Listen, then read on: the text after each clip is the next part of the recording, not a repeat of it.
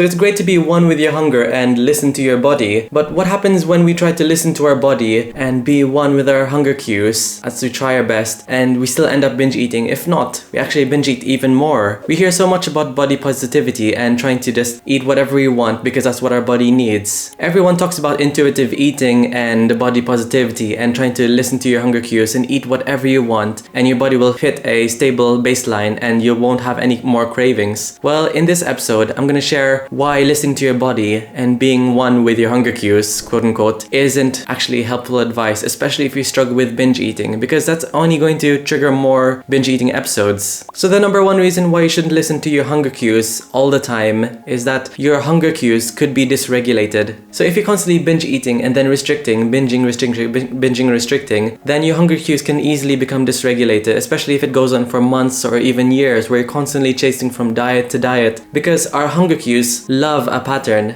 But if you're constantly having like no breakfast and then a tiny lunch and then a massive binge eating episode and then maybe a medium breakfast and then no lunch and then a massive binge eating episode, our body doesn't even recognize what comfortable fullness is. It's either in feast or famine mode, extremely hungry or extremely full. It's never in the comfortable fullness. And when you are in that comfortable fullness, it's probably around like mid-morning or mid-afternoon. It's not after a meal, and you're not consistently staying at the comfortable fullness level. You're not consistently staying at a 7 or 8 out of 10 fullness. You're either 0 out of 10 or 12 out of 10 full. So at the moment, it's autumn time in the UK, and I really love Harry Potter because I believe that Harry Potter is actually an autumn style movie or a Halloween kind of movie. That, you know, the Sorting Hat in Harry Potter, if you're extremely righteous, then you'll belong in Gryffindor. If you're extremely evil, quote unquote, then you'll belong in Slytherin. But what happens if you're extremely righteous sometimes and extremely evil the other times? The Sorting Hat would be quite confused. So it's just like that. If you're having irregular meals, like you're consistently skipping breakfast, consistently skipping lunch, or maybe having a massive breakfast, massive lunch, binge eating episode there, you're not having some form of consistency, your breakfast, mid-morning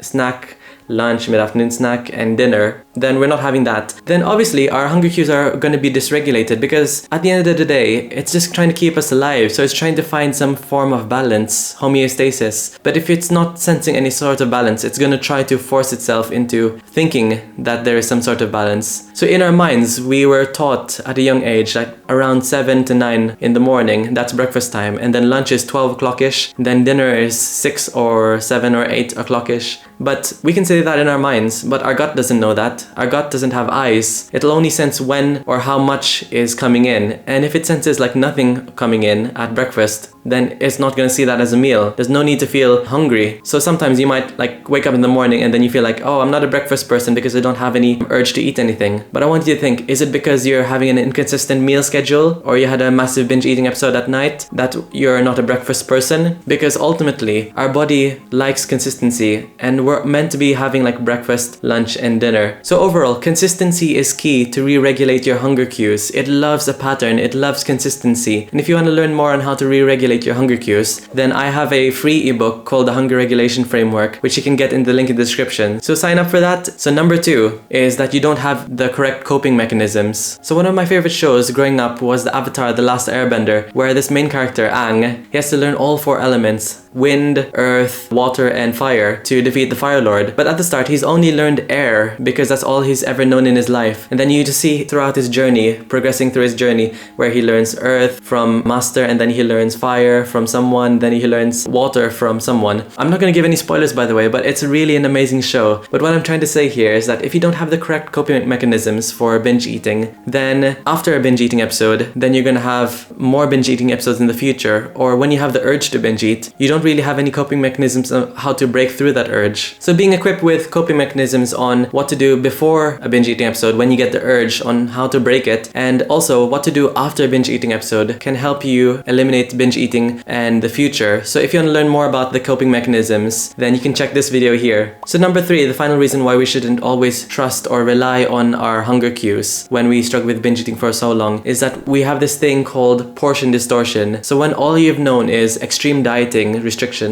and binge eating episodes, extreme overeating, then you're either only knowing feast or famine, like tiny portions or a massive portion. You don't really know what a normal plated portion looks like because you're probably skipping breakfast or having a tiny lunch and then a full-on binge eating episode. You're not consistently having regular meals like breakfast, mid-morning snack, lunch, mid-afternoon snack, and dinner, and then an evening snack, because that's what normal eating habits is meant to look like, having these consistent meals split out throughout the day, little and often, rather than having nothing and then a lot in one go. So portion distortion can be a really big problem because when we have this portion distortion mindset, we might think, oh, one boiled egg is enough for breakfast. This salad and a few seeds is enough for lunch. We don't really know what a balanced meal is meant to look like. When we look at other people, we often think like, oh, you're eating so much in one go, when in reality they're actually eating and listening to their regulated hunger cues because they don't struggle with portion distortion. We have this strange image, especially if you look at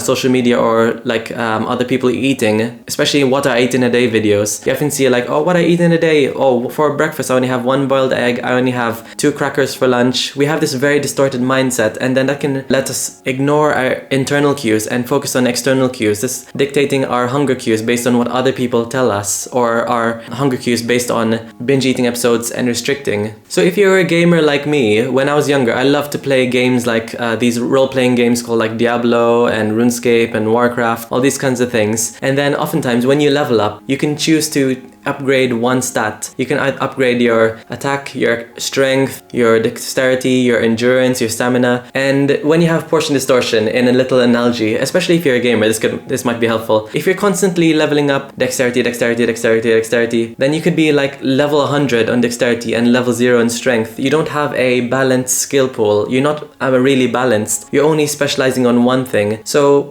hopefully this analogy makes sense. So what can you do if you struggle with portion distortion? Because it's a really big problem. So in quick succession, here are 4 things you can do. So it's important to start this thing called mechanical eating. So mechanical eating is a great way to re-regulate your hunger cues. It's been used in eating disorder recovery and disordered eating recovery, especially if you're struggling with binge eating, because mechanical eating ticks all the boxes to get rid of these dysregulated hunger cues. So mechanical eating, essentially in a nutshell, is eating every 3 to 4 hours. So that would look like your breakfast, mid-morning snack, and then lunch, then mid-afternoon snack, and then dinner, and then an evening snack. And it might seem like a lot, but essentially you're splitting all the calories from your binge throughout these portions of the day. And you try to focus on trying to be 7 or 8 out of 10 full. So if you have breakfast, then make sure your meal is nutritionally balanced. So you have protein, fats, carbs, and fiber. So that would look like, for example, a Greek yogurt with granola and then seeds and a little bit of like maybe syrup, just to make sure it's quite balanced. So it has all of those protein, fats, carbs, and fiber in it. And then the key thing is you're trying to focus on not trying to fill into the whole bowl, but trying to focus on trying to find that 7 or 8 out of 10 full, with 0 out of 10 being extremely ravenously hungry, and then 10 out of 10 full being Christmas dinner full, I would say. Try to be around that 7 out of 10 area, and then mid-morning comes, maybe you feel like you're 4 out of 10, so try to have a little snack to bring you up to like a 7 out of 10 or an 8 out of 10, and then by lunchtime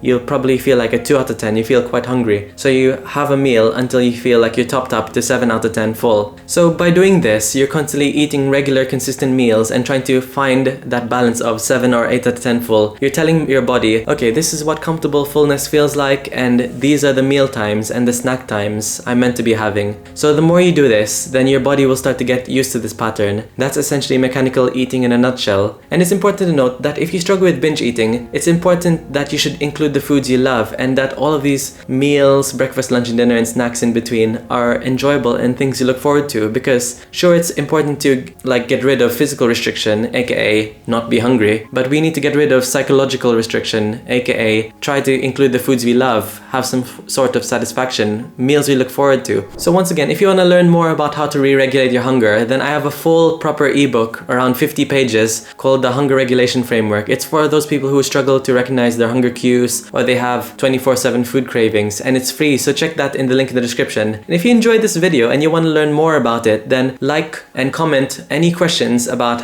how do you feel? Have you struggled with regulating your hunger cues? And have you ever had an experience where people just say, oh, just listen to your body, and then you just end up binge eating? Has that been helpful for you? And I'll see you in the next video.